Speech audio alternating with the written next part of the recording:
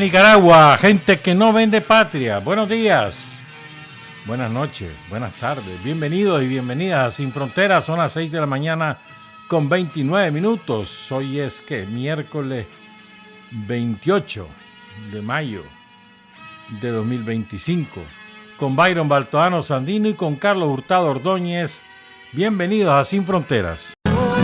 Porque es la naturaleza del imperialismo la que bestializa a los hombres, la que la convierte en fieras sedientas de sangre que están dispuestas a degollar, a asesinar, a destruir hasta la última imagen de un revolucionario, de un partidario de un régimen que haya caído bajo su bota o que luche por su libertad. Y recordemos siempre que no se puede confiar en el imperialismo, pero ni tantito así, nada.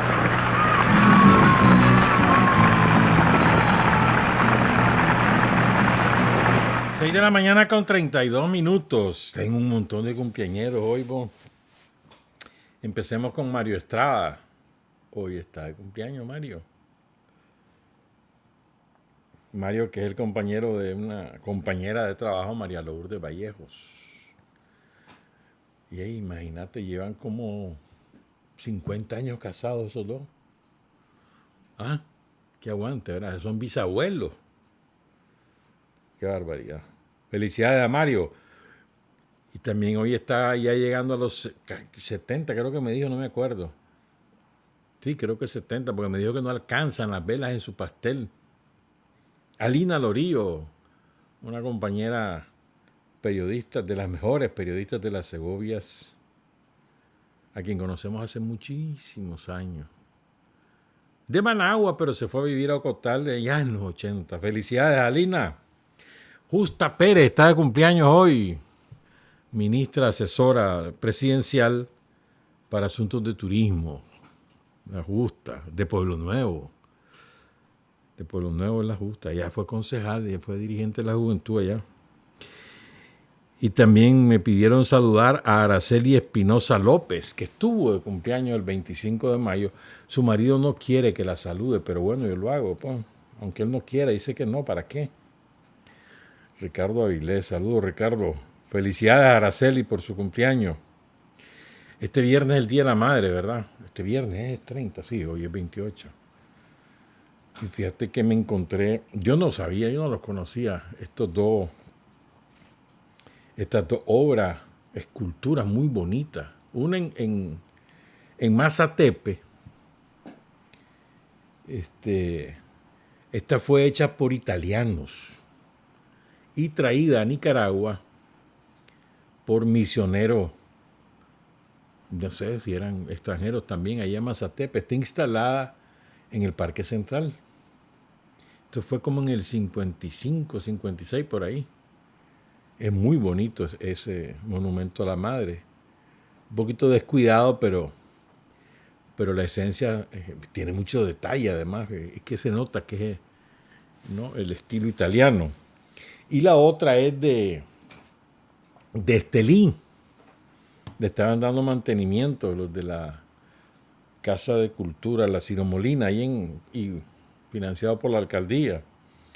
También está también en el Parque Central de Estelí.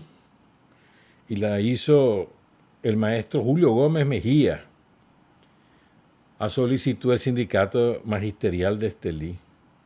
Fíjate que el escultor Julio Gómez Mejía pasó 5 meses haciendo esa obra. Es preciosa también, es muy linda, muy linda. Y está muy bien mantenida además. Lo que es verdad, dice, le instalaron el tercer domingo de agosto. Yo me fui al calendario y por lo tanto eso fue 16 de agosto de 1959. Casi. Está en el Parque Central 16 de julio de Estelí. Es preciosa, sí. Ahí están los compañeros dándole mantenimiento. Preciosa. Felicidades a todas las madres, ¿verdad? Y a todos los hijos que tienen a su madre. Felicidades a todos. El viernes el presidente Daniel Ortega, qué bien se le vio ¿Cuándo fue el sábado? Era el sábado. A Daniel Bravo. Qué memoria de hombre. Entonces el viernes le imponen oficialmente, ya logrado, por primera vez en la historia del ejército de Nicaragua, habrán 2 oficiales que tendrán el rango de coronel general. Rango grado, creo que es lo correcto. Se trata de 2 extraordinarios jefes militares, pero con una trayectoria impecable de consecuencia, de lealtad, de sandinismo que lo llevan en la propia médula. Los compañeros Bayardo Ramón Rodríguez, actual jefe del Estado Mayor General, y el compañero Marvin Elías Corrales Rodríguez, el inspector general del Ejército de Nicaragua. Ese trío que dirige el ejército es formidable. El general Avilés y los coroneles generales Bayardo Rodríguez y Marvin Corrales, que ya son coronel general desde que la Gaceta lo publicó. Aunque no se les digan así, pero ya son. Le van a poner los grados el viernes, pero ellos son coronel general desde que la Gaceta lo publicó por el decreto del presidente Daniel Ortega. Primera vez en la historia. Coronel general. Felicidades a ambos compañeros y muy merecido. Fíjate que ¿cuándo fue? Antier, el lunes, inauguraron el primer tramo de la carretera adoquinada entre Pueblo Nuevo y Limay, o entre Limay y Pueblo Nuevo, como vos querrás. 11 kilómetros, son más o menos 28, 30 kilómetros los que hay entre Pueblo Nuevo y Limay. ¿Por qué me lo estoy diciendo? Porque yo lo hice ese recorrido hace muchos años, hace como en el 2011, 2012, por ahí, imagínate, hace unos 14 años de eso. Iba solo, manejando, entonces era, porque ya no lo es, pues, un camino escarpado con piedras puntiagudas, ¿verdad? Y ahí en curvas y curvas y curvas, porque es como un desfiladero. Vas bajando de Pueblo Nuevo, vas bajando a Limay, o al revés, vas subiendo de Limay a Pueblo Nuevo. Y entonces ahí se me poncharon 2 llantas, hermano, solitario en la llanura, ¿viste? La primera, que me doy cuenta, y ahí, ¿qué iba a hacer ahí? Si aquello es desolado, descampado, vámonos. Así me fui hasta Limay. Y al llegar a Limay estaba la otra ponchada también. Ya teo. Ahora ya se acabó eso, hermano, porque, bueno, son los primeros 11, ¿verdad? Faltan todavía 17 kilómetros, ¿verdad? Son maravillas que se hacen, ¿verdad? Solo con el frente, hermano, solo con el frente. Bueno, yo quiero saber, hermano, ¿quién puede justificar esta atrocidad? ¿En qué cabeza puede caber que este crimen es justificable? Primero les voy a poner el video y después vamos a hablar. Les voy a poner el video y también va con audio, por supuesto, de el horror que vivió el viernes 23 de mayo la pediatra palestina Alaa Nahar. Escuchen. Sin tregua para la población civil de Gaza. Los bombardeos israelíes continúan a lo largo y ancho de la franja, mientras una historia ocurrida en las últimas horas en Han Yunis, en el sur, da la vuelta al mundo. El médico Hamdi al-Najjar estaba en casa con sus 10 hijos cuando su residencia fue objeto de un ataque aéreo israelí. 9 de los 10 menores murieron en el acto, sus edades entre 1 y 12 años. Empecé a preguntar, ¿dónde está Hamdi? ¿Dónde están sus hijos? Mi otro hermano venía a buscarme, así que la esposa de Hamdi me dijo que sus hijos habían muerto. No podía soportar lo que decían y comprender lo que nos estaba sucediendo porque estábamos en un estado de miedo y pánico extremo. Es indescriptible. Alabado sea Dios.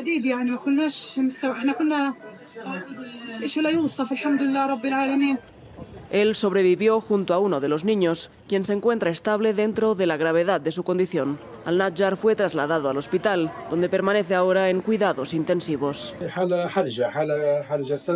Su condición crítica requirió 2 cirugías en el abdomen y en el tórax para detener la hemorragia, múltiples lesiones en el cuerpo, la cabeza y el pie. Actualmente recibe cuidados intensivos.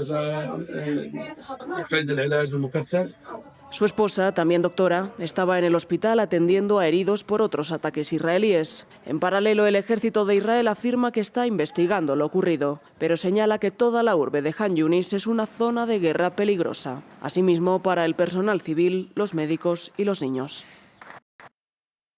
¿Te parece? Yo quiero que veas esta foto. Mira esta foto donde está la madre recibiendo a los hijos. Esa es, ya los envolvieron, así los sepultan en la cultura árabe. Ahí están 5 de sus 9 hijos. Le mataron a 9 de los 10 hijos. Le metieron un misil a su casa y murieron quemados vivos todos. Solo sobrevivió uno de sus niños de 11 años. Por ahí tenemos la foto, se llama Adam.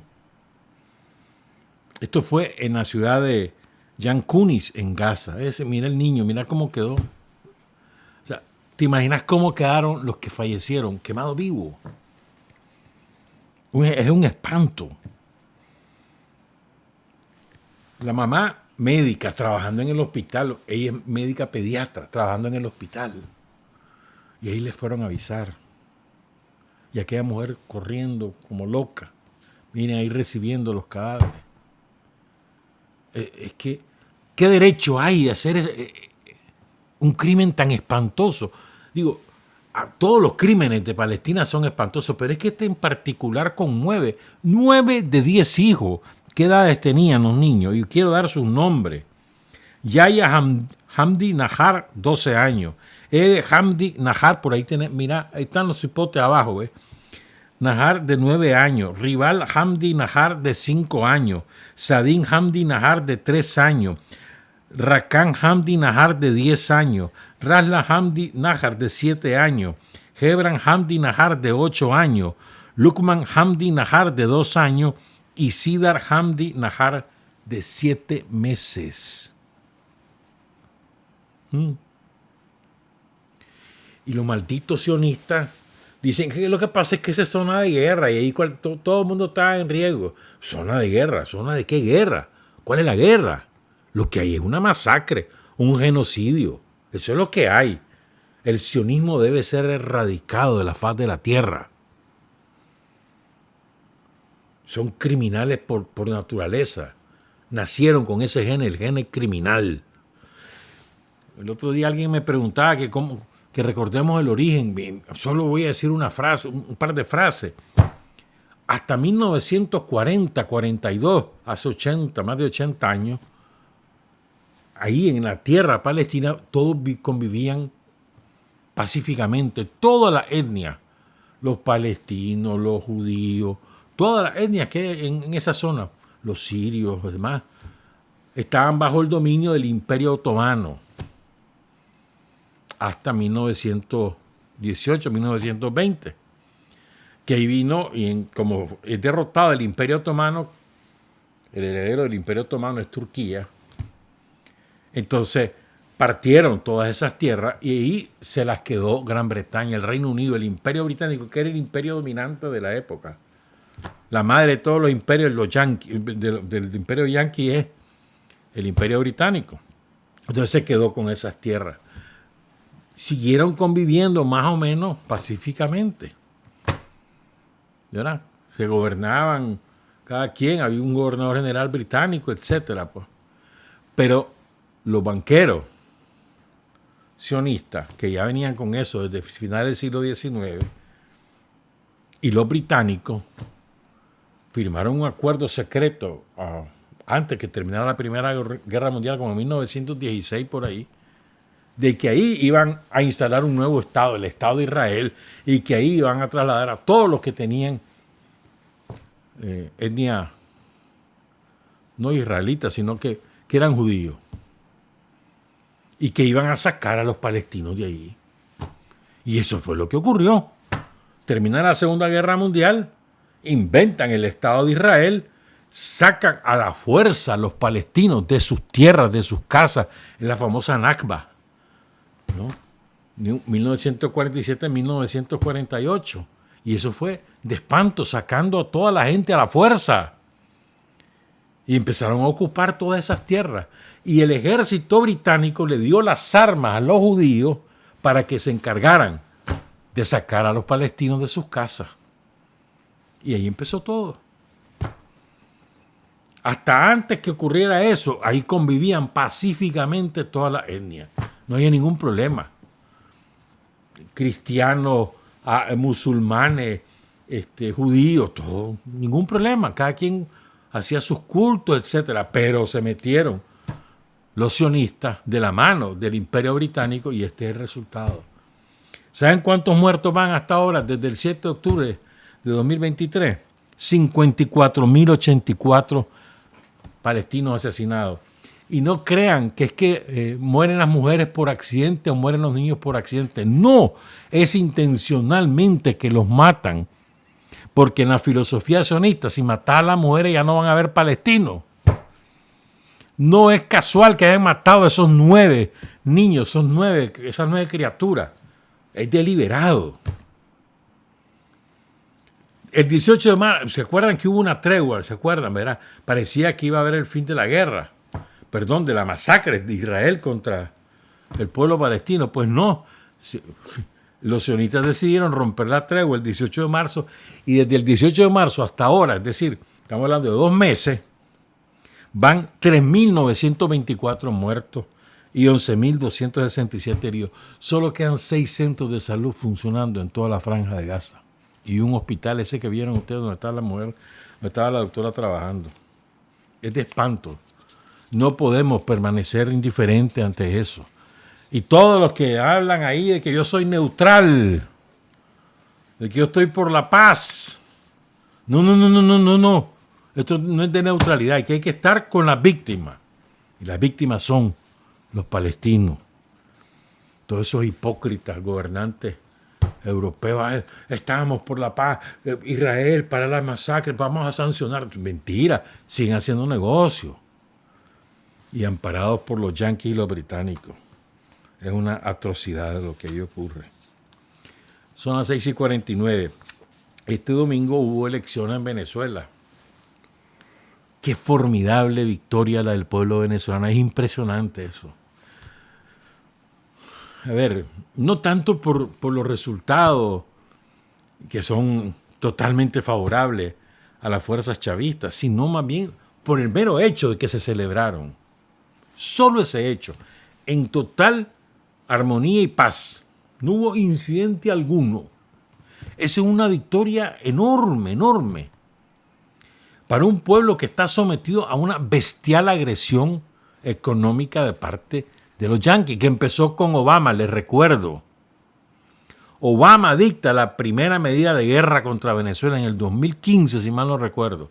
Y después Trump, que sucede a Obama, le mete un montón. Y después viene el Biden y también. ¿Saben cuántas represalias le han aplicado a Venezuela por ser independiente y autodeterminada? Por aquí tengo eso, espérame. 1.039 represalias. Es el 2.7% de la represalia aplicada por los imperialismos a todos los países autodeterminados del mundo. Por supuesto, el más represaliado es Rusia. Tiene el 75% de la represalia. 75%. 97% de las represalias se concentran en 9 países. 36.648 represalias tomadas por los imperios del mundo. Pues. Ahora, yo te insisto en que esta es una victoria formidable, no solamente por esto que te acabo de describir de las sanciones que le llaman los yanquis, la represalia, sino también por lo que eso ha implicado para la vida común y corriente del pueblo venezolano. Muchas carencias en los alimentos, en el combustible, en todo. Y lo han ido superando poco a poco. De manera que hoy en día, aun con todo y la represalia, la vida del pueblo venezolano ha mejorado sustancialmente. Y es gracias al heroísmo de ese pueblo, porque es heroísmo. De verdad que sí. Y hay que reconocer que las fuerzas chavistas han sabido conducir el proceso revolucionario tras la partida de Hugo Chávez, que parecía que era insustituible. Bueno, lo que han hecho es, sí, Maduro es el jefe, pero hay una dirección colectiva muy, muy importante. Diosdado Cabello, Jorge Rodríguez, que es el presidente de la Asamblea Nacional, Diosdado, que es el vicepresidente sectorial para asuntos del orden interno, y además es presidente del Partido Socialista Unido de Venezuela, y Delcy Rodríguez, que es vicepresidenta. Básicamente ese es el núcleo. Bueno, y por supuesto Vladimir Padrino, el ministro de Defensa, el jefe del ejército. Y lo han logrado consolidar ese proceso y ampliar la base social. Vos me podés decir, mira, solo votó el 43%, hermano, date a las cifras históricas de las elecciones para gobernadores y legisladores, que son diferentes a las elecciones de presidente, en fechas diferentes, perdón. Y ese es el promedio. 43, 45, 41, ese es. Pero esa es la fuerza. Las fuerzas que fueron a votar, esos son los que respaldan la revolución bolivariana, sin dudar, pues. Hay mucha gente, vos sabés que hay mucha gente que ni le importan las elecciones, aunque esté, no, yo estoy a favor de Maduro, pero es que me da pereza, todo ese argumento que da, para gobernador, no, me cae mal eso, o para diputado, no sirve para nada, si fuera por presidente sí voy a votar. Mucha gente que dice eso es normal, en todas partes del mundo ocurre eso. Elecciones intermedias que no implican la presidencia de la República siempre tienen una baja participación en todas partes. Siempre ha sido así. Entonces, el gran polo patriótico Simón Bolívar, así se llama la Alianza de las Fuerzas Chavistas, que las encabeza el PSUV, logró 5 millones de votos, 83%. Obtuvo 253 escaños. O sea, una mayoría brutal en la Asamblea. Capriles, aquel que fue candidato presidencial contra Chávez, quedó diputado. Fíjate que apenas el 0,15% de los votos fueron nulos. O sea que la gente estaba muy clara de cómo se votaba. Ya. Y acuérdense que todo está totalmente automatizado. Y no hay papelitos que contar, no, totalmente automatizado. Por eso son tan rápidos que los resultados, pues, que se dan a conocer. Entonces, se llama Alianza Democrática. La de Capriles quedó como segunda fuerza con 361,000 sufragios, 6%, 13 diputados, una gobernación. Y luego hay otras fuerzas, pues. Entonces, el chavismo le arrebató 3 estados a la oposición. El estado de Barinas vuelve a ser Adán Chávez, hermano de Hugo Chávez, el gobernador, Nueva Esparta y Zulia. Zulia tan importante porque ese es el estado petrolero y que queda contiguo a Colombia. Cuando quisieron hacer aquel anclaje, ¿no? De a partir del Zulia meter fuerzas de ocupación. Solo Cojedes quedó en manos de la oposición de un partido, del Partido Social Cristiano, el COPEI. Ahí se reeligió el gobernador y se reeligió bien, 55% de los votos. Ni siquiera fue cerrada la pelea con el candidato chavista. ¿Estamos claros? Entonces, realmente es para enorgullecerse de ese resultado y de cómo la revolución bolivariana se consolida, ¿no? ¿Verdad? Se consolida y vence. Vamos a hablar ahora, dentro de un ratito, de algunas cosas que creo que a veces no las hemos asumido, ¿verdad? Pero bueno, vamos a hacer la pausa primero, pues, y cuando regresemos hablamos de eso. Son las 6:55. Hay hombres que luchan un día y son buenos. Hay hombres que luchan un año y son mejores. Pero hay hombres que luchan toda la vida. Esos son los imprescindibles.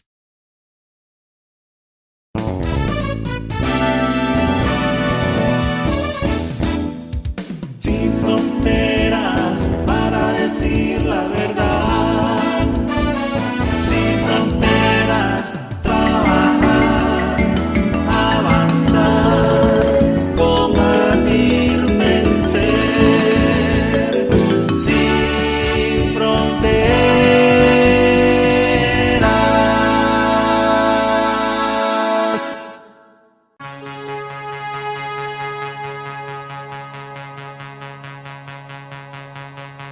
6 de la mañana, 59 minutos. Hoy es el tercer aniversario de la partida de Aldo Díaz Lacayo. Extraordinario compañero. Creo que Aldo era el más profundo conocedor de Sandino y de Carlos Fonseca. Apasionado, estudiando a ambos, pero estudiando desde una perspectiva analítica, ¿no? Escudriñando en el pensamiento, aportando en la agrupación de ese pensamiento. O sea, Aldo era especial. Especial. Cuánta falta hace Aldo, ¿verdad? Y quiero recordarlo a él. Por cierto, ahí tenemos una foto con la Tete, esa compañera, la Tete, extraordinaria compañera. Extraordinaria, de origen salvadoreño. Pero la Tete fue fundamental para que Aldo pudiera hacer su trabajo porque es la que le ordenaba el archivo, ¿no? La que le daba condiciones para que él pudiera elaborar sus ideas. Pero una mujer, con qué amor cuidaba a Aldo. La Tete, Teresa Recinos. Tete le decimos todos. Pero Aldo fue un verdadero revolucionario e intelectual revolucionario. Y desde siempre. Si Aldo empezó en la lucha como en el 56, 55, si mal no recuerdo. Estuvo en el Chaparral. Ahí fue herido. Y ya después tuvo que salir del país. Fue a México. Ahí tuvo varios hijos. Y después se fue a El Salvador. Ahí conoció a Tete. Y ahí lo conocí yo a Aldo, en El Salvador. En el 79, imagínate vos. Pero qué gran compañero era Aldo Díaz Lacayo. Entonces quiero recordarlo porque hay un artículo de él corto, de 2010, que después él desarrolló este artículo y lo hizo el libro famoso con el que Daniel, ¿se acuerdan? Cuando Daniel le da la orden Sandino a Aldo, Aldo estaba en el hospital y murió a los 2 o 3 días después. Entonces Daniel le pone en la televisión a Aldo en el cuarto del hospital, creo que está en el militar, para que él vea que le están entregando la orden. Y Daniel le dice, Aldo, aquí está, esta orden es para vos. Y ella anuncia, Daniel, que van a editar ese libro. Todavía no ha sido editado, ¿sí? O sea, ya, entiendo que está listo, pero no ha sido impreso. Entonces él desarrolló esta tesis que aparece, que les voy a comentar, y lo hizo un libro. Pero es a partir de equipo. Él dice que cuáles son los periodos de formación del pensamiento de Sandino, ¿no? De la ideología de Sandino. Y entonces él dice, Aldo Díaz, este artículo, repito, es del 5 de abril de 2010, o sea, estamos en el 2025, imagínate. Hace 15 años de esto. Entonces, dice Aldo, su primera formación es político sindical. Y es en la Compañía Norteamericana de la Costa del Caribe de Centroamérica. Acuérdense que Sandino anduvo por un montón de lugares. Porque cuando ella sale por el pleito con Dagoberto Rivas, que sale de Niquinomo, y se fue a toda Centroamérica, ida y vuelta, y fue a parar después, más tarde, a México. Pues. Vino a Nicaragua en un periodo, pero después se volvió a ir, se embarcó, y nunca mejor dicho, pues se metía en un barco y se iba. Iba de puerto en puerto. Y en algunos lados se quedaba unos meses. Pues. Entonces, la primera formación de Sandino, dice Aldo Díaz, es político sindical en la compañía Yankee de la costa caribe de Centroamérica. Entonces, esa formación era luchando por mejores condiciones laborales ¿verdad? Y además también la reivindicación de la soberanía, porque esas compañías tenían poder absoluto sobre la gente y sobre los territorios donde estaban. Es lo que pasaba en la costa caribe nicaragüense. Y tenían alquilado a unos vendepatrias, los Chamorros, los Aldo Díaz y demás allí, ¿verdad? Que les servían de escudo. Los vendepatrias siempre comienzan siendo alquilados, ¿verdad? Luego, dice Aldo Díaz, viene una segunda formación revolucionaria en la región petrolera del Golfo de México, en plena Revolución Mexicana, una agitación que había ahí, el gobierno de Veracruz, que después se meten los yanquis, invaden Veracruz. Eso fue entre 1923 y 1926, y además el petróleo de por medio, ¿verdad? Porque los gringos ya había empezado la explosión del petróleo cuando lo descubren ahí en Estados Unidos, pues en México, etcétera, y se querían adueñar de todo eso, pues. Ese era como siempre, los yanquis siempre detrás del petróleo. Esa es la razón de fondo en Venezuela. La primera reserva mundial del petróleo está en Venezuela, ahí ese es el hambre,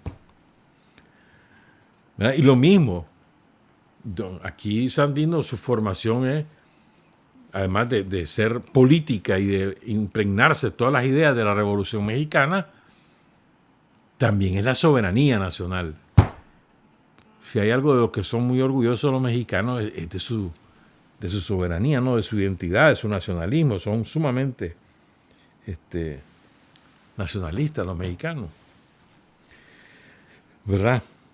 Y recordemos además que la Revolución Mexicana, como dice Aldo Díaz, es la primera en el mundo que reconoce los derechos sociales y proclama la propiedad del Estado sobre el suelo y el subsuelo en la Constitución de 1917, que es antes de la Revolución de Octubre de Lenin. La de México es primero. La defensa de la soberanía nacional frente a potencias extranjeras en el marco de la Constitución. Eso deviene, dice Aldo Díaz, en fundamento doctrinario, político, ideológico de Sandino. O sea, estamos hablando de cómo se fue formando Sandino, cómo se fue apropiándose de las ideas y desarrollando las ideas que después conforman el pensamiento sandinista a lo largo de su vida. Y aquí falta la parte inicial, su primera infancia, su adolescencia, que es la miseria en la que vivió Sandino, hasta que cumplió más o menos 12, 13 años, que su papá se lo lleva a la casa de Niquinomo, pues. Y al principio tratado como hijo de casa, con todo lo que eso significaba. Ya después ya lo trataron bien, pues.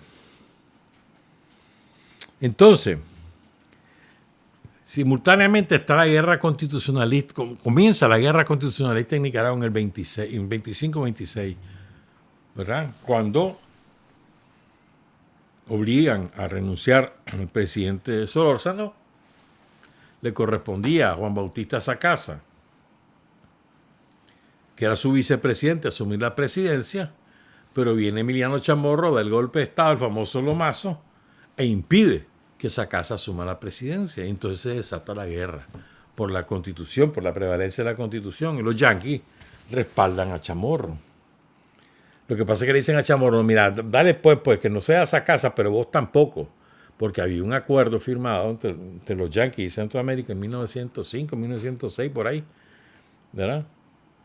De que no iban a reconocer a nadie, ninguno de los gobiernos de Centroamérica iba a reconocer a otro gobierno que fuera fruto de un golpe de Estado. Entonces los yanquis le dijeron, no, pero vos no podés ser, así que vamos a poner a otro, y ponen a Adolfo Díaz, que era su empleado toda la vida.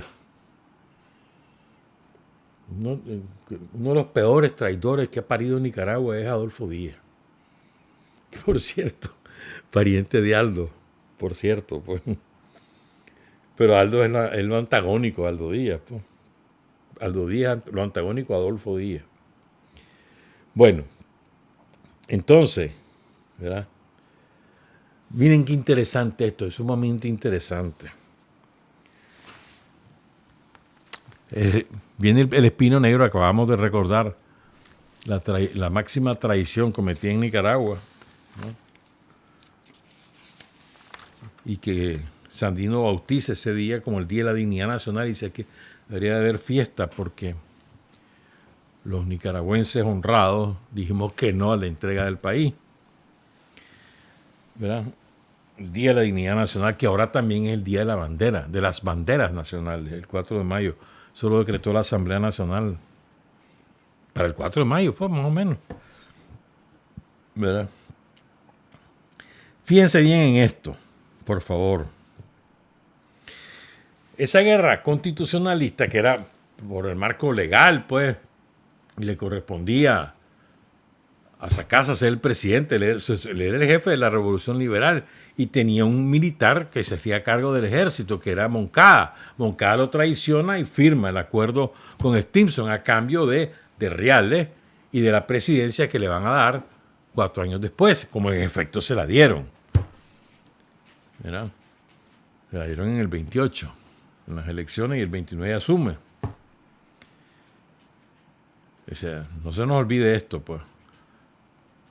Y me acuerdo de otro detalle. Sacasa, yo por lo menos tengo una muy pobre opinión de lo que he leído de Sacasa. Pues. Sacasa es uno de los... Era del Partido Liberal, es verdad, el Partido Liberal, pero había... Los celayistas estaban proscritos por Estados Unidos, incluso los proscribieron en la Constitución de 1914, creo que. O sea, proscritos, no podía existir una organización que reivindicara a Celaya, no podían participar en política ni en elecciones. Entonces Sacasa para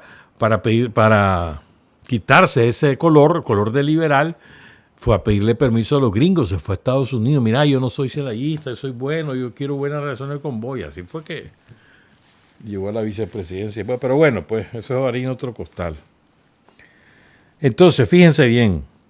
Entonces, Sandino convierte lo que era la guerra constitucionalista en una guerra de la soberanía nacional y la autodeterminación.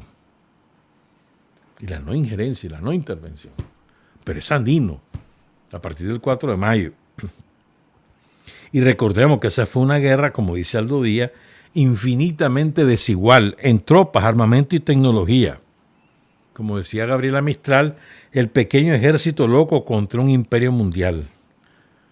Una guerra en la cual los yanquis utilizan por primera vez como arma de guerra la aviación, bombardeo de Ocotal, por ejemplo.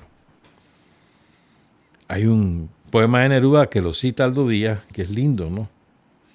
Una guerra que termina, sin embargo, con la derrota del imperio, porque, cita Aldo Díaz, dice Neruda, Sandino con sus guerrilleros como un espectro de la selva, era un árbol que se enroscaba, o una tortuga que dormía, o un río que se deslizaba.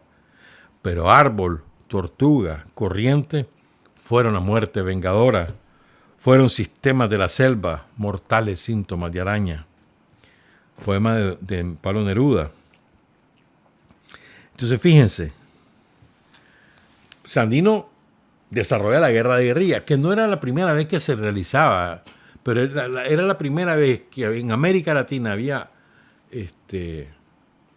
una estrategia, una táctica militar sobre la base de la guerrilla de pequeños grupos que golpeaban y se retiraban, aunque ya en Europa, en Italia, en España, había sido una táctica militar ocupada por campesinos. Pero aquí, ¿de dónde iba a sacar esa idea a Sandino? O sea, le nació después de lo que pasa en Ocotal. Cuando él intenta tomar Ocotal, no lo consigue, le echan la aviación, y entonces él decide, hombre, mira, estos más son superiores a nosotros, vamos a hacerlo de otra manera, vamos a golpear y salir, golpear, y vamos a buscarle cómo quitarle las armas a ellos, pues. Y así es que se desarrolla la guerra de guerrillas de Sandino. Y él bautiza el Ejército Defensor de la Soberanía Nacional. No se nos olvide. Es Sandino el que convierte esa guerra, que es una de las tantas guerras que había sufrido Nicaragua entre dos facciones oligárquicas, la convierte en la guerra nacional por la soberanía nacional. ¿Verdad? Luego, la otra cosa que desarrolla Sandino es lo que Aldo Díaz denomina la inteligencia popular, es decir, la red de informadores que logra articular en todas las montañas segovianas, que le van informando de los movimientos del enemigo y se mantienen en su rancho, en sus labores normales, pero que le informaban a Sandino a través de una red bastante intrincada, porque era de boca en boca, ¿no? Y habían con campesinos, sobre todo chavalos como Santos López, que se encargaban después de ir recogiendo esa información y llevársela a Sandino. Esa es otra novedad de Sandino.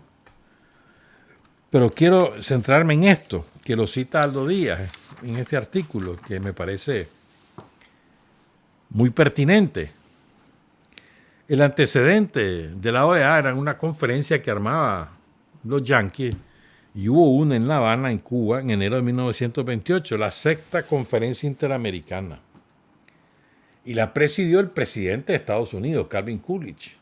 En aquel tiempo, Cuba era una colonia de Estados Unidos. Entonces, ahí, fíjense lo que es. A partir de lo que pasa en Nicaragua, de la guerra que Sandino está realizando contra las tropas yanquis, a partir de eso, es que hay un movimiento latinoamericano porque el conjunto de las naciones de América adopte como principio la no intervención.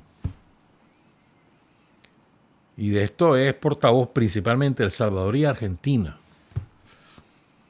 No logran aprobarlo esto en esa conferencia, pero un año después ya se logra. Todavía sigue Sandino. O sea, Sandino es el que, fíjate vos, clase de aporte, ¿no?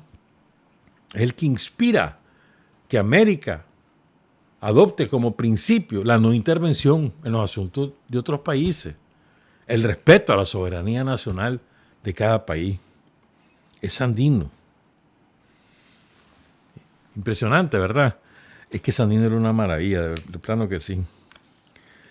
¿Verdad? Entonces, dice Aldo, la 6ª Conferencia Interamericana, esta de la que estoy hablando, de Cuba, de enero del 1928, es el antecedente histórico de la 5ª Cumbre de las Américas, celebrada en Trinidad y Tobago, durante la cual todos los gobiernos de América Latina y el Caribe, también fuera de agenda, demandaron al presidente estadounidense Barack Obama el levantamiento del bloqueo norteamericano a Cuba. Esa fue la cumbre donde Daniel le dijo 4 verdades a Obama. ¿Te acordás? ¿No te acordás de eso? En 2009 creo que fue eso.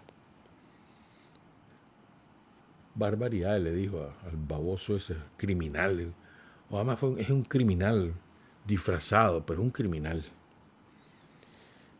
Entonces dice Aldo Díaz, pero la acción internacional más relevante de Sandino fue su propuesta del 20 de marzo de 1929, presentada a todos los gobernantes de América Latina, continental y antillana, como él la llamaba, él no decía caribeña, sino antillana, conocida como el Plan de Realización del Supremo Sueño de Bolívar, que retoma la idea unitaria de Bolívar proponiendo la creación de la ciudadanía latinoamericana, la conformación de la base de un ejército regional y la institucionalización de la Corte de Justicia Latinoamericana como máxima instancia de poder regional.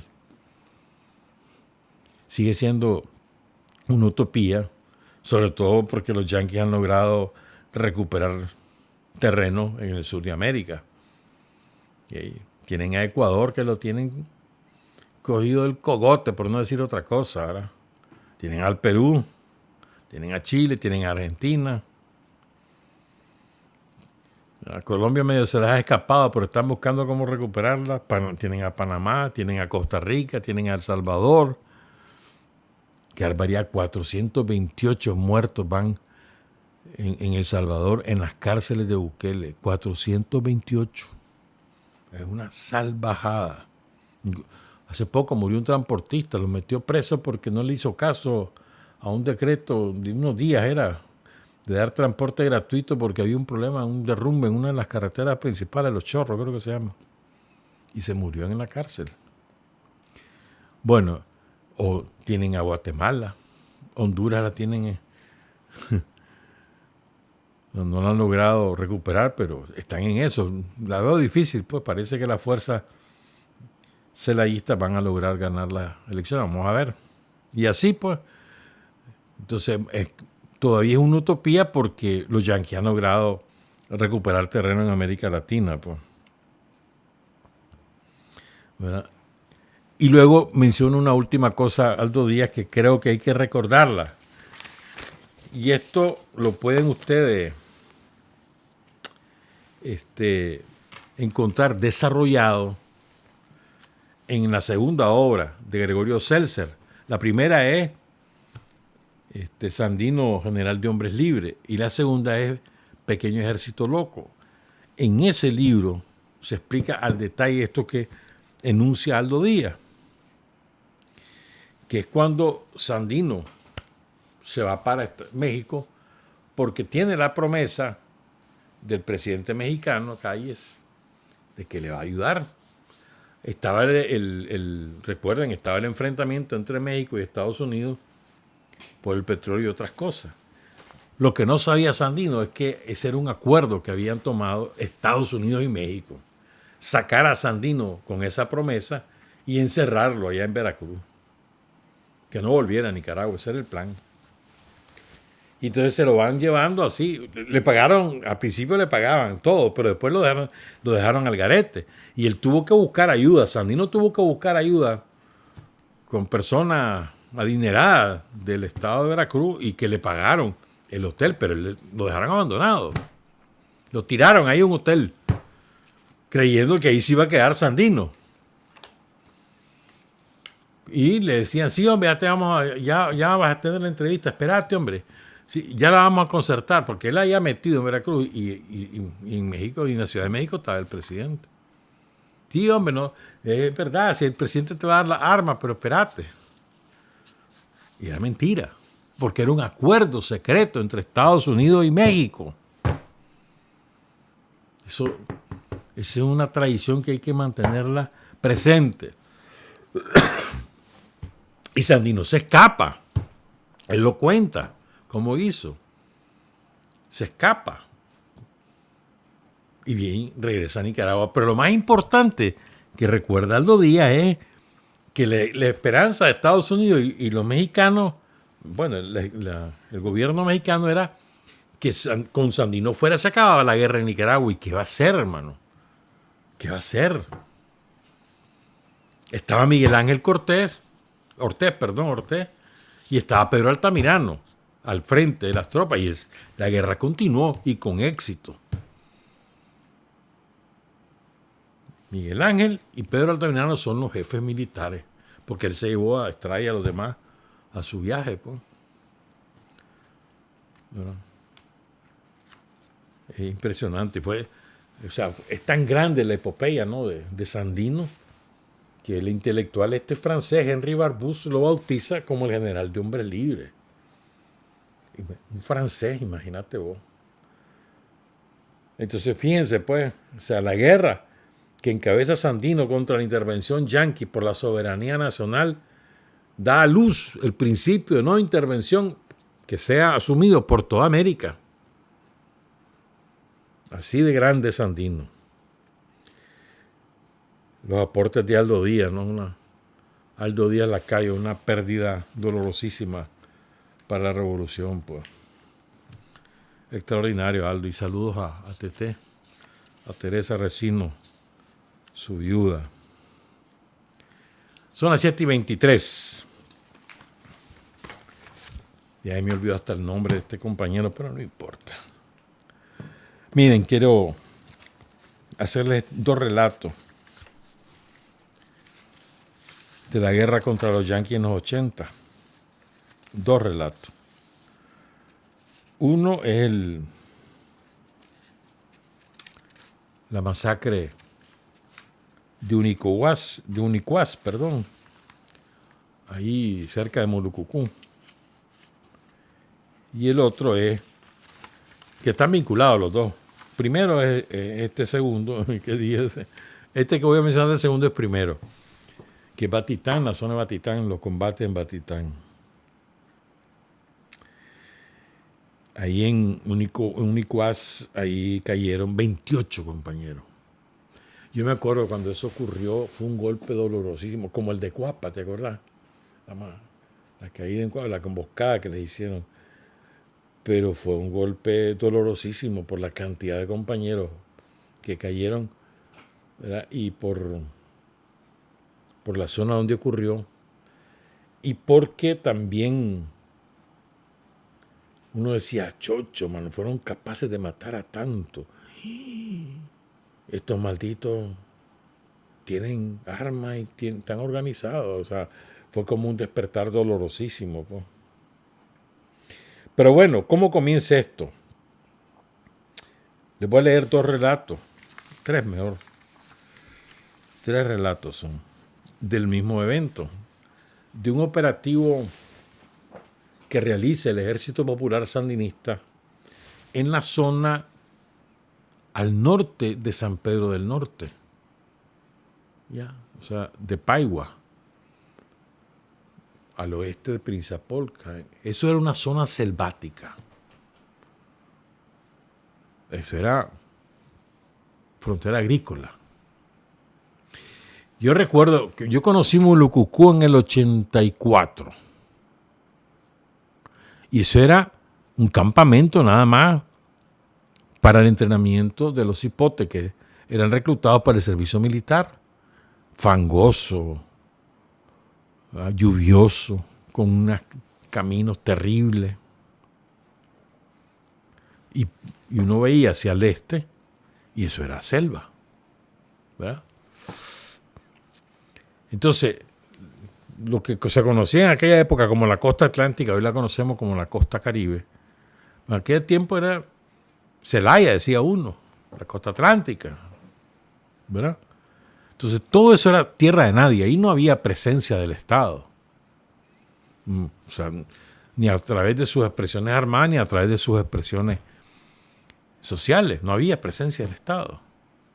Entonces, esa zona la ocupaba la contrarrevolución para asentarse, para entrenar y para concentrar fuerza.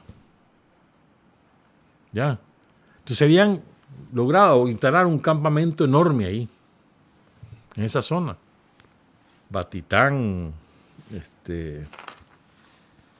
ahí, que Batitán creo que es de la Cruz de Río Grande, si mal no recuerdo, creo que a eso pertenece.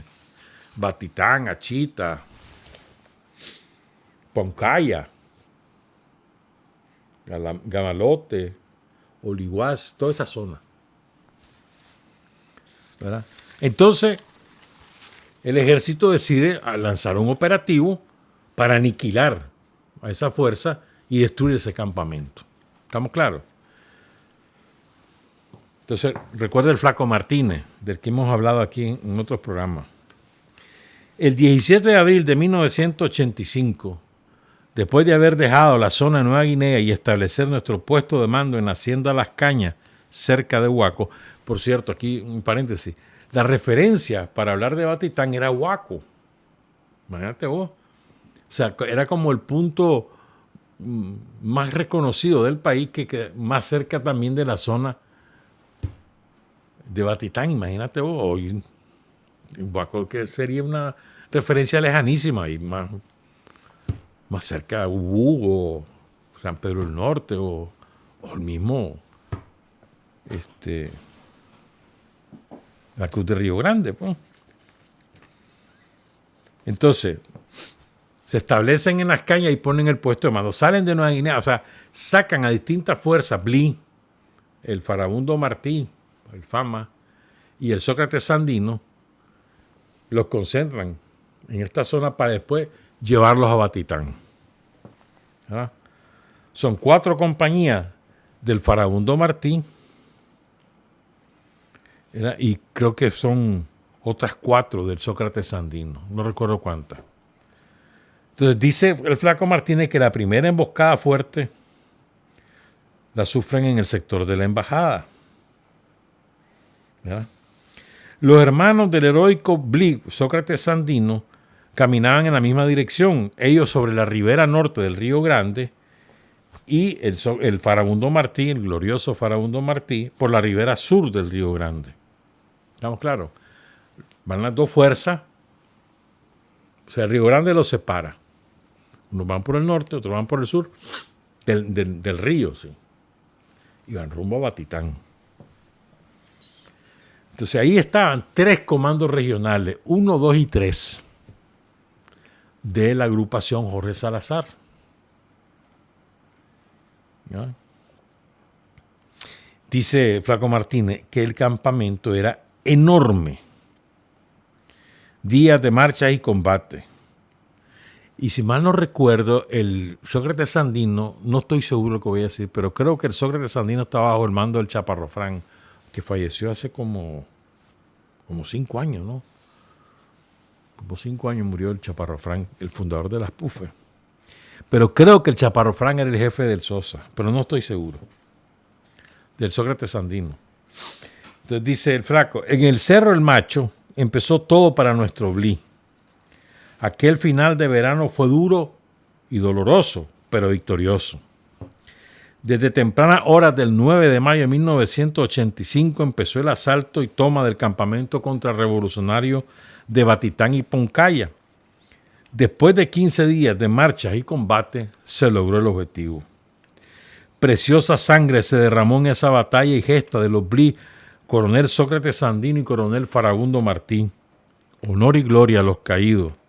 Leonel, José Adán, Enoc, Ramón, Santana, Carmonita, todos ellos, y ahorita vamos a decir sus nombres, caídos en ese operativo.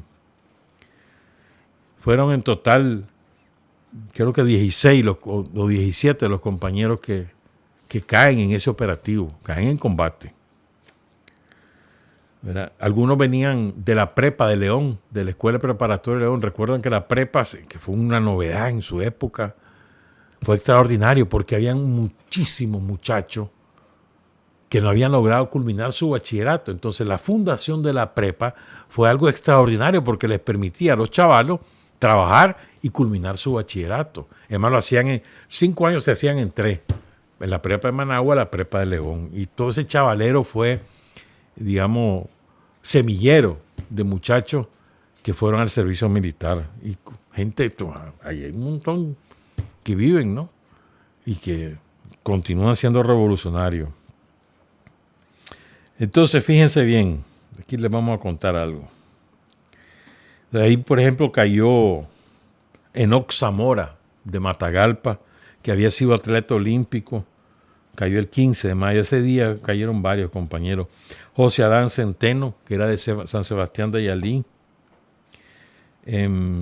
Roberto Salomón Carmona, conocido como Carmonita, que era de la Concepción Masaya. Fíjate que este muchacho lo habían herido gravemente meses antes, en otro operativo, creo que en noviembre del año anterior, del 84. Entonces, bueno, se recuperó ahí en el hospital de campaña que tenía el ejército en Apanás. Y él mismo pidió, apenas se sintió bien, no, yo me quería ir a la runga, ¿no? Y se fue y ahí cayó, recién recuperado de su primera herida. El compañero Roberto Salomón Carmona Carmonita, originario de la Concepción. Ahí también cayó Gilberto Rogelio Santana Martínez, el 16 de mayo. Bastantes compañeros, era de León, Santana. Y ahí también cae, esto es sorprendente porque pocos lo conocemos este dato, ahí cayó alguien que se llamó Leonel Chavarría Sequeira. Pongan cuidado. Este hombre que era analfabeto había sido jefe del Comando 1 de la Jorge Salazar y deserta de la Condri y se suma al Ejército Popular Sandinista. Leonel Chavarría Sequeira. Le estaban enseñando a leer y a escribir ahí en el Bli y ahí cayó. Era de la segunda compañía del Bli. Cayó el 13 de mayo de 1985 en el sector de La Capilla, en San Agustín de Poncaya. ¿Verdad? Primer dato. Ahora quiero contarles este otro. ¿Verdad? Porque son cosas que hay que recuperarlas para el conocimiento de las nuevas generaciones. Esto lo cuenta Godofredo Membreño Sevilla, conocido como el Chino, fundador del Bli Sócrates Sandino. Lo publicó el 8 de mayo de 2023. Y él cuenta lo siguiente.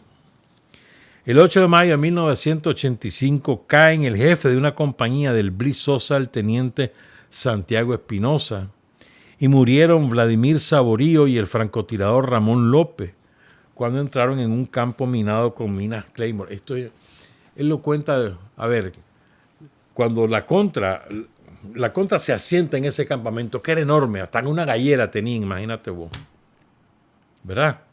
Entonces, lo que hacen es protegerse y los caminos que van a dar al campamento los siembran de minas Claymore.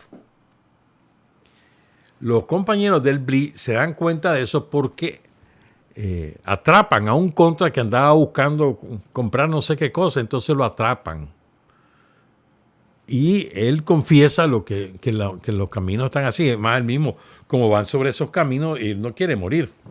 Entonces, él es el que dice que los caminos están minados. Pero eso no da tiempo. A los compañeros del BRI no le da tiempo de avisarle al resto. Entonces, algunos compañeros siguen en ese camino y ahí murieron despedazados por las minas Claymore, que eran salvajadas. Vladimir Saborío y el compañero Ramón López. Entonces dice Godofredo, el chino, 3 cosas me impactaron en esa misión. 1, la base social que tenían los contras en esa región, la logística y el tipo de armamento. Como base social tenían correo de civiles, la mayoría entrenada en el campamento que desarticulamos.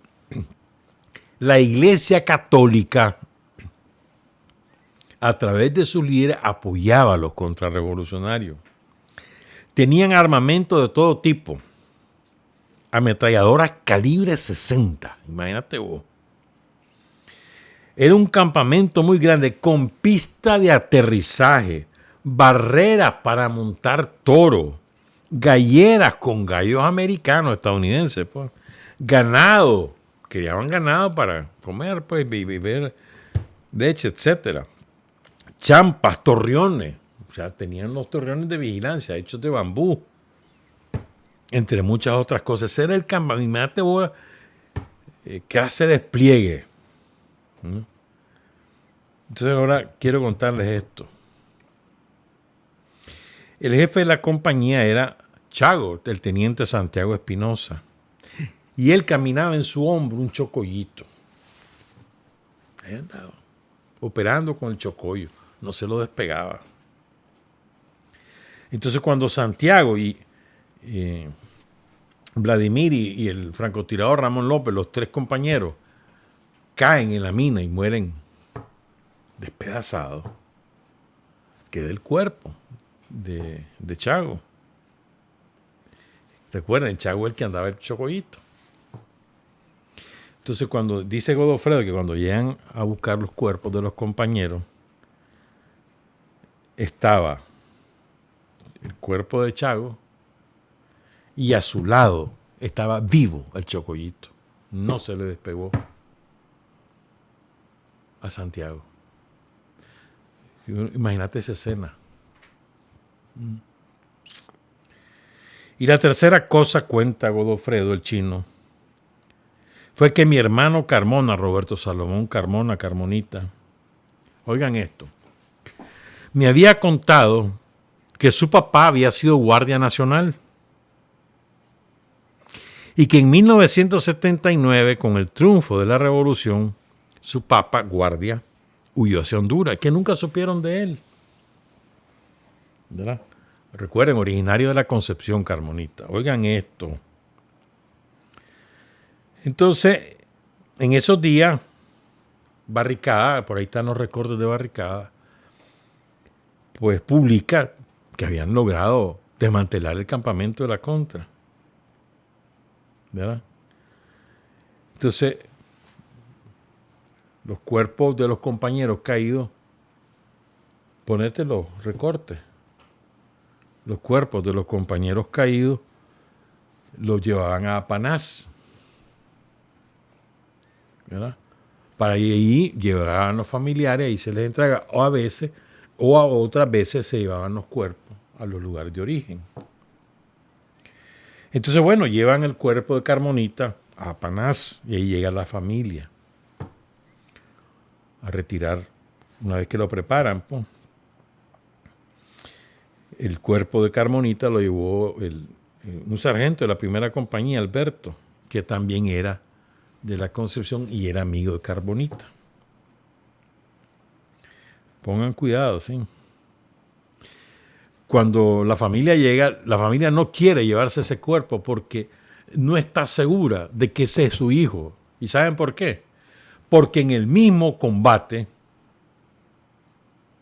murió el Papa, pero como guardia. Padre e hijo murieron en el mismo día. El padre en la contra y el hijo en el Ejército Popular Sandinista. Entonces, la familia de Carmonita no quería llevarse el cuerpo si no confirmaba que era su hijo y no el guardia, su Papa. Imagínense esa escena. Entonces, el relato de Barricada, que lástima que no se puede transcribir todo y no se lee bien. Decía Cerro Batitán, la Cruz de Río Grande, ahí se ¿cómo se llama? Hay otros recortes ahí. Ahí se fechó el trabajo que hicieron los compañeros periodistas del diario Barricada. Durante 15 días consecutivos, las tropas del Ejército Popular Sandinista combatieron bravamente en varios cerros de esta zona hasta desarticular y desalojar a más de 600 mercenarios de la CIA que han emprendido retirada hacia la región atlántica de Prinzapolque, en el noreste del país. Los combates formaron parte de un operativo conjunto de los batallones de lucha irregular BLI, Sócrates Sandino y Farabundo Martín, iniciado en la última semana de abril y que hizo posible desbaratar un campamento subsistente ubicado en este lugar 200 kilómetros al noreste de Huaco. Esa era la referencia a Huaco, imagínate vos. Procedentes de la base hondureña de Las Vegas, más de 1,000 guardias del Comando Salazar habían penetrado a Nicaragua para golpear unidades de producción de Santa Rosa, La Piñuela y San José de la Vega, donde habían secuestrado a cientos de campesinos, entre ellos indígenas mezquitos y habitantes del sector. Los cerros El Macho, El Espejo, San Jerónimo y Poncaya y los caños Olia Olia y Oliguás fueron escenario de fuertes batallas en las que los contrarrevolucionarios tuvieron decenas de bajas efectivas y un número indeterminado de heridos como parte de una fuerza que también se movilizaba en la zona selvática de San Pedro del Norte y Aguascalientes. El terror somocista, pongan cuidado, que hacían los contras de ese campamento. Habían secuestrado a más de 500 campesinos que lo mantenían allí, en ese campamento, ¿verdad?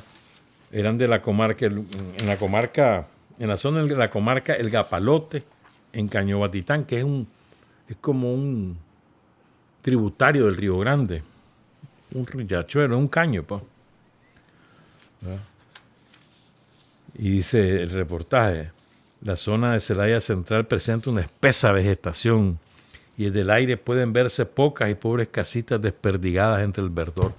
Así era, ahora es otra cosa. Pero esto era hace 40 años. Entonces, ¿por qué les conté lo de Batitán? Por lo siguiente. Los compañeros que caen en la recta de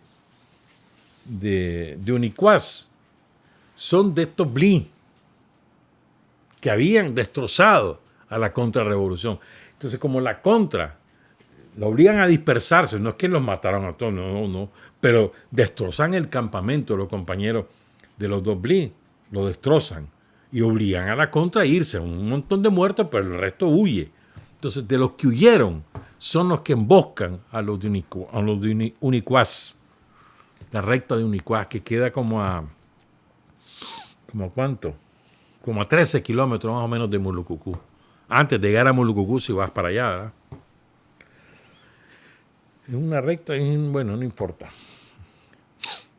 Entonces ahí caen 28 compañeros, 12 de ellos del BLI Sócrates Sandino, que habían estado en esos combates, y 16 de la Brigada de Infantería de Reserva 361 de Matiguás. Entonces eran más o menos 300 los que se reagruparon y se fueron a colocar esa emboscada. O sea, ellos estaban ardidos y querían la venganza. porque les habían destrozado el campamento. Entonces se fueron a instalar. Eso queda lejos de Batitán. Caminaron bastante y se reagruparon, pero lograron sostener sus armas. ¿Verdad? Imagínate vos. Entonces voy a leer el relato, pues. ¿Verdad? Entonces cuenta el compañero. O sea, domingo 26 de mayo de 1985. Este es un relato de los compañeros del BRI, del Sócrates Sandino. Es un relato colectivo. Salimos a las 7:30 de la mañana. Íbamos a una misión, nadie sabía para dónde iban. Salieron de Río Blanco, ahí tenían el puesto de mando. Ese día, dicen los compañeros, había visitas familiares. O sea, que eran esporádicas, como era además vísperas del Día de la Madre. ¿Ya? Entonces, y además eran 2 o 3 veces por año las visitas de familiares. Y entonces, bueno, ahí dejan a sus mamás y ellos parten a la misión. O sea, probablemente algunas de esas mamás vieron a su hijo por última vez ahí. Qué clase de impacto, ¿verdad? Entonces, sigue el relato. Llegando a Unicuás, ¿verdad? Más o menos a las 8:30 de la mañana, van en camiones SIL y los IFA, pues, pero sobre todo el SIL, que eran soviéticos. ¿Verdad? Van en los camiones. Ellos pensaban que iban a Lizagüe, que es más adelante, ¿verdad? O que los iban a trasladar en helicóptero a la zona donde iban a operar. No importa, pero dice que no importa. Dice, nuestra disposición y capacidad combativa estaba intacta y la moral al 100%. Después de semejante victoria, de haber destruido el campamento, la moral está arriba. Vamos en una caravana de camiones marca SIL, que el BRI, Sócrates Sandino, usaba como técnica de movilización. De pronto se rompe el combate. La contra está emboscada. Entonces el primer camión de la caravana iba el primer pelotón de la primera compañía, más o menos 30 compañeros. ¿Verdad? Los contras aparentemente estaban esperando el pase de vehículos civiles, pero ¿cómo van a pasar los soldados del ejército? Mejor para ellos. Entonces los compañeros del Sócrates Sandino van rumbo este y en el sentido contrario viene el otro camión, que es el primero que agarran la contra. ¿Ya? Parte de la guardia que habían combatido en Batitán y en Poncaya, donde les habíamos desbaratado los campamentos. Nosotros vamos avanzando de Río Blanco hacia Mulucucú, noreste. Pero en ese momento viene un IFA de la Brigada 363 de Matiguá, que viene de Mulucucú y va para Río Blanco. Entonces, van en sentido contrario. Al primero que agarran es al IFA. ¿Ya? Ahí mueren en el IFA.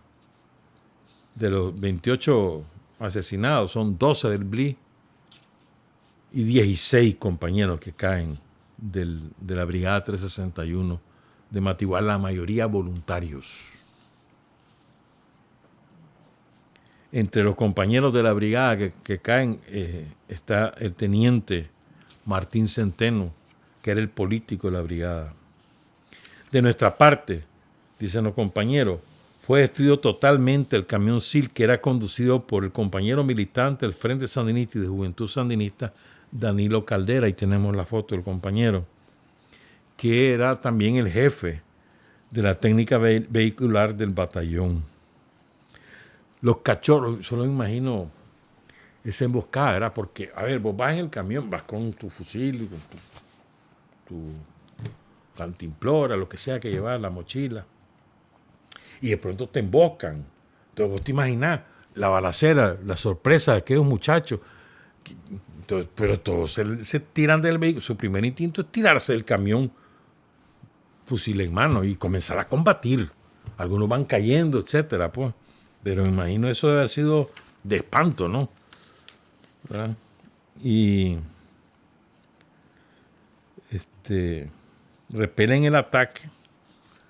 Atrás vienen los otros camiones. Cuando oyen la balacera, se apuran, se bajan, comienza el combate. Logran que la guardia huya, pero han dejado un reguero de cadáveres, los cabrones.